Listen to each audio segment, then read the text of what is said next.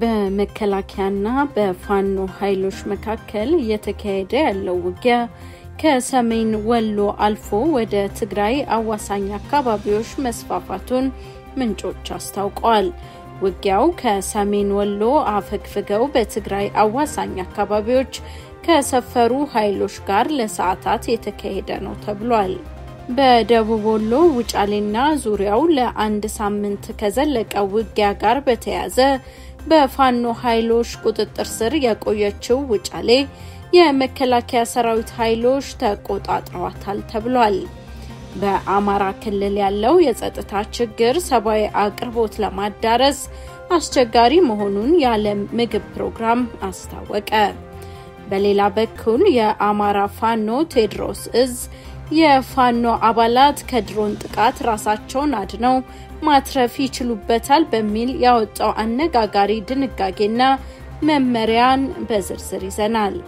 የኢትዮጵያ መገናኛ ብዙሃን ባለስልጣን የዶቸበሌ ዲደብሊው ጋዜጠኞችን ስራቸውን እንዳይሰሩ ክስ አቅርቦ ያገደበትን ምክንያት በዝርዝር እንዲያቀርብ ሚዲያው ባወጣው መግለጫ ስለመጠየቁና ድርጊቱን ስለማውገዙ በዛሬው የዛሆርን ዊትነስ የመረጃ ሰዓታችን ከምንነግራችሁ ርዕሰ ጉዳዮች መካከል ናቸው።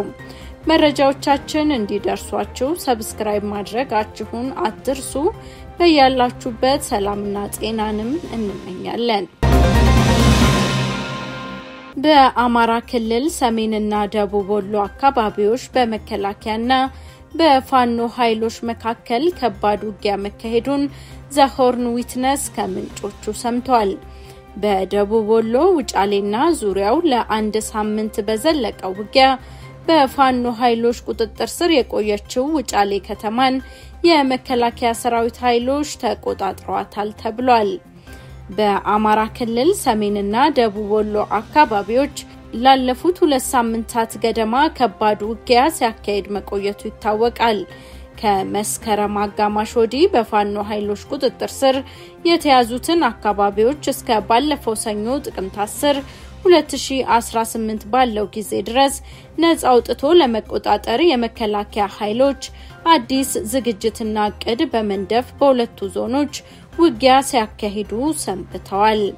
የመከላከያ ኃይሎች በአየር ኃይል ድጋፍ ጭምር የተደገፈ ውጊያ ሲያካሂዱ መቆየታቸውን የሚያወሱት ምንጮች የፋኖ ኃይሎች ውጊያውን ለመመከት ከፍተኛ ትንቅንቅና ተጋድሎ ቢያካሂዱም ከተለያዩ የሰሜንና ደቡብ ወሎ አካባቢዎች አፈግፍገው ከመልቀቅ ግን አልዳኑም ብለዋል። የፋኖ ኃይሎች በሰሜንና ደቡብ ወሎ አካባቢዎች ከመስከረም አጋማሽ ወዲህ ባለው ጊዜ ከተቆጣጠሯቸው ከተሞችና አካባቢዎች ለማስለቀቅ ያለመ ስለመሆኑ ጠቅሰዋል። ከመስከረም 14 እስከ 17 2018 በአማራ ክልል ሰሜንና ደቡብ ወሎ አካባቢዎች በመከላከያና በፋኖ ኃይሎች መካከል ከተካሄደው ውጊያ ጋር በተያያዘ የምስራቅ አማራ ፋኖ ኃይሎች በጋሸና መስመር ኮንዳውንት አሁን ተገኝ ስካይሽን ጨምሮ ሌሎች አካባቢዎችን ተቆጣጥረው እንደነበር የሚታወስ ሲሆን ከወልዲያ ደሴ ባለው መስመር ደግሞ ሲሪንቃ መርሳ ውጫሌን ጨምሮ እስከ ሐይቅ አቅራቢያ ድረስ ይዘውት ነበር። የመከላከያ ኃይሎች ከጥቅምት 5 2018 ወዲህ ባለው ጊዜ በከፈቱት የተደራጀና ከባድ ውጊያ ተኩለሽ አሁን ተገኝ ስካይሽ መርሳን ጨምሮ ሌሎች አካባቢዎች ከፋኖ ኃይሎች በማስለቀቅ መልሰው መያዝ ችለዋል። አርብ ጥቅምት 7 የመከላከያ ኃይሎች ተኩለሽ ዳግም መያዛቸውንና የዘመቻ ጥቃቱን አጠናክረው መቀጠላቸውን ተከትሎ በተራራው ዙሪያ ሰፍረው የነበሩ የፋኖ ኃይሎች ወደ ላስታና የትግራይ ክልል አዋሳኝ አካባቢዎች ማፈግፈጋቸውን መዘገባችን ገልጸን ነበር። ማህጎ ተብሎ በሚጠራው አካባቢ ጥቅምት 8 2018 ሌሊት የድሮን ጥቃት በፋኖ ኃይሎች ከተፈጸመ በኋላ በርካታ የፋኖ አባላት በዋጃ ባቡር መስመር አድርገው ወደ ትግራይ ክልል አካባቢዎች መግባታቸውን በመረጃችን ጠቅሰን ዘግበናል። ከፍተኛ ቁጥር ያለው የመከላከያ ጦር ኃይል ጥቅምት 11 2018 ከሰዓት በኋላ ወደ ቆቦ እንደ አዲስ መግባቱን በማውሳት ሰራዊቱ ወደ ትግራይ አዋሳኝ አካባቢዎች ባፈገፈጉ የፋኖ ኃይሎች የጥቃት ዘመቻውን ሊከፍት እንደሚችል ከአካባቢው ምንጮች በደረሰ መረጃ ተመስርተን መዘገባችን ይታወሳል። ይህ በእንዲህ እንዳለ ታዲያ ከሐሙስ ጥቅምት 13 እኩለ ሌሊት ጀምሮ እስከ ጥቅምት 14 2018 ረፋድ ድረስ በራያ ቆቦና በራያ አላማጣ አዋሳኝ ስፍራዎች በፋኖና በመከላከያ ኃይሎች መካከል ከፍተኛ ውጊያ ተካሂዷል ተብሏል። ውጊያው ከተኩለሽ ተራሮች ዙሪያ አፈግፍገው ከዋጃ በስተ ምስራቅ በቅርብ ርቀት በሚገኙ ሰሌን ውሃ ድንጋይ ቀበሌ ጎቱ አካባቢዎች በሰፈሩ የፋኖ አባላት ጉዳት ለማድረስ በመከላከያ ኃይሎች ተጠንቶ የተከፈተ ጥቃት ስለመሆኑ የአካባቢው ምንጮች ለዘሆርን ዊትነስ አስረድተዋል። የመከላከያ ኃይሎቹ በድሮን ቅኝት መረጃ ተደግፈው ከሌሊቱ 6 ሰዓት በከፈቱት የደፈጣ ጥቃት በፋኖ አባላትና በአቅርቦት ሎጂስቲክስ ማከማቻ ማዕከላቸው ላይ ከፍተኛ ጉዳት ማድረሳቸው በመረጃው ተጠቅሷል። በጥቃቱ በርካታ የፋኖ አባላት ከፍተኛ ጉዳት መድረሱን የሚገልጹት ምንጮች ከአላማጣ ወደ ባላ ባለው መስመር ጣፍዬ ወህኒ ቤት ተብሎ በሚታወቅ የቲዲኤፍ ካምፕ በጋሪና በባጃጅ ተጭነው መግባታቸውን ገልጸዋል።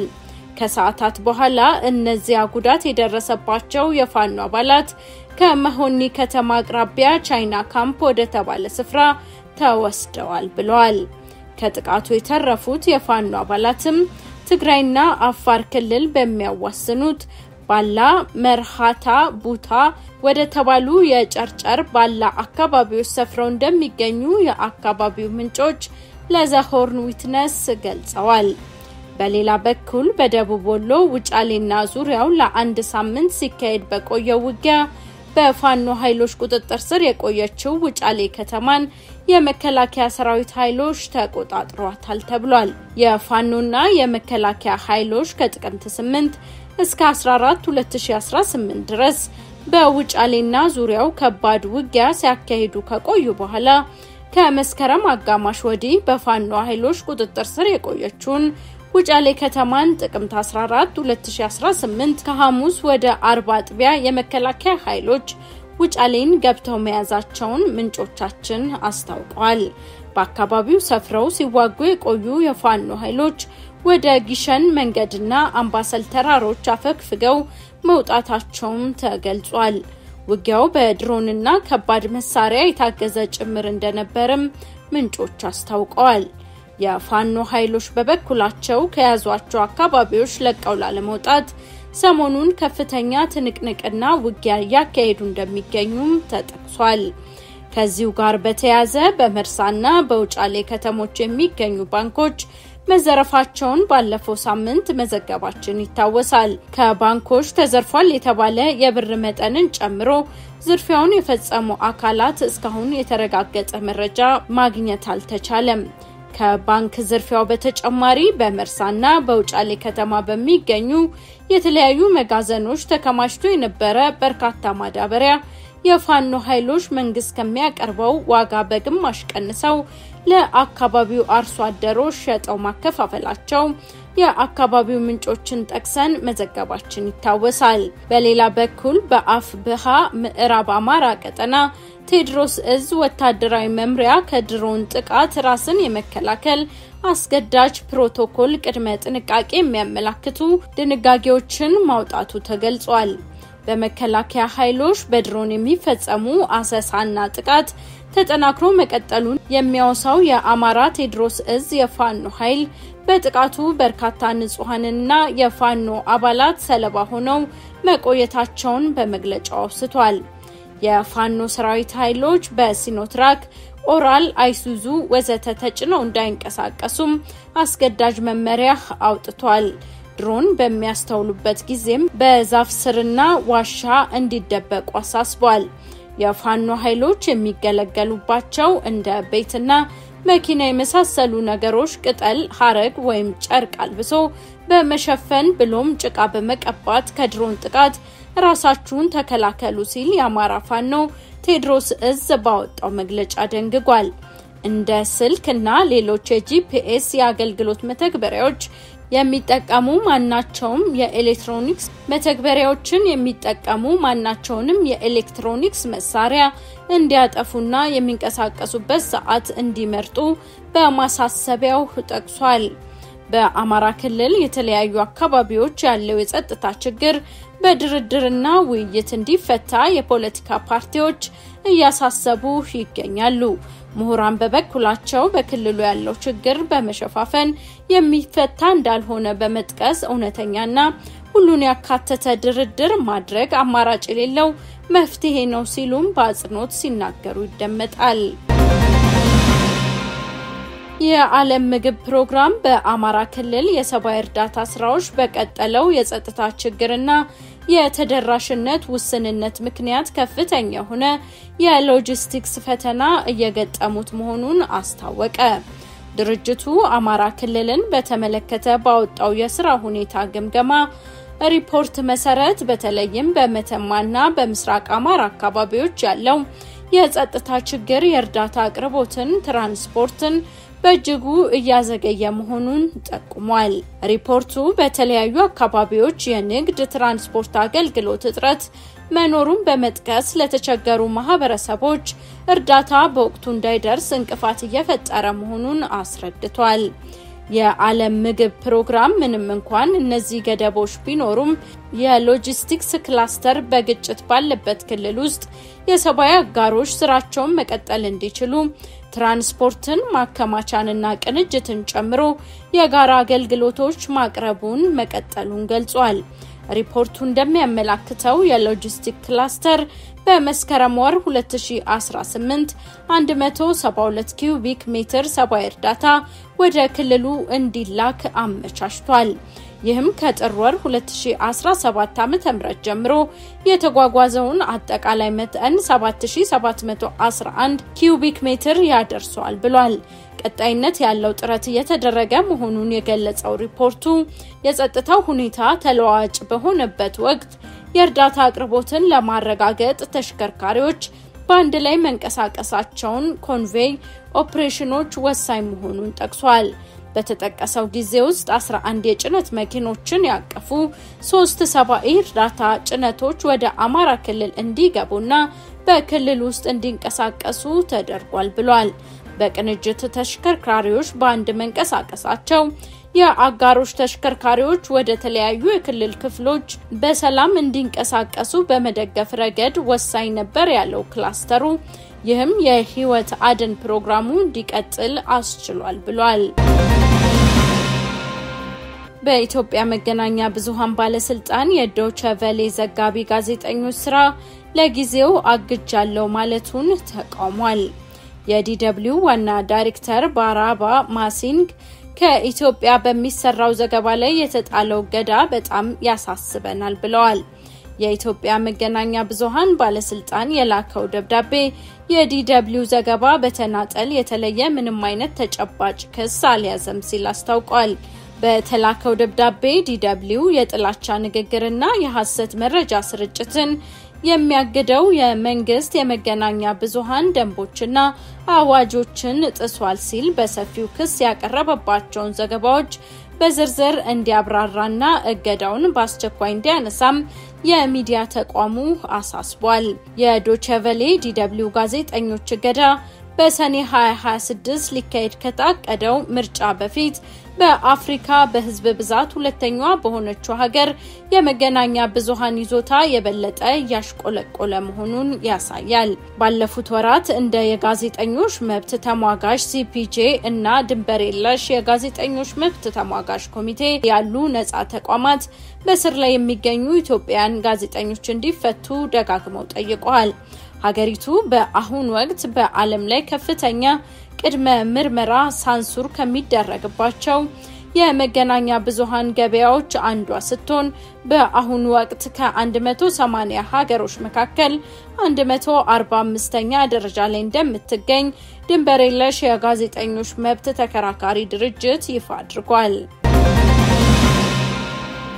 አሜሪካ ትልቁን የጦር መርከቧን ከሜዲትራኒያን ወደ ካሪቢያን ባህር አስጠጋች። የቬንዙዌላው ፕሬዝዳንት ኒኮላስ ማዱሮ አሜሪካ ጦርነት እየጫረች ነው ብለዋል። የአሜሪካ መከላከያ ጸሐፊ ፒት ሄግሴት እስከ 90 ተዋጊዎችን የሚይዘው ግዙፍ የጦር መርከብ ወደ ካሪቢያን እንዲጠጋ አዘዋል። ማዱሮ አዲስ ውስጣዊ ጦርነት እያጫሩ ነው፣ ዳግመኛ እጃችንን ጦርነት ውስጥ አናስገባም ቢሉም አዲስ ጦርነት እየቀሰቀሱ ነው ብለዋል። አሜሪካ በካሪቢያን አካባቢ ያለውን ወታደራዊ ይዞታዋን እያሰፋች ነው።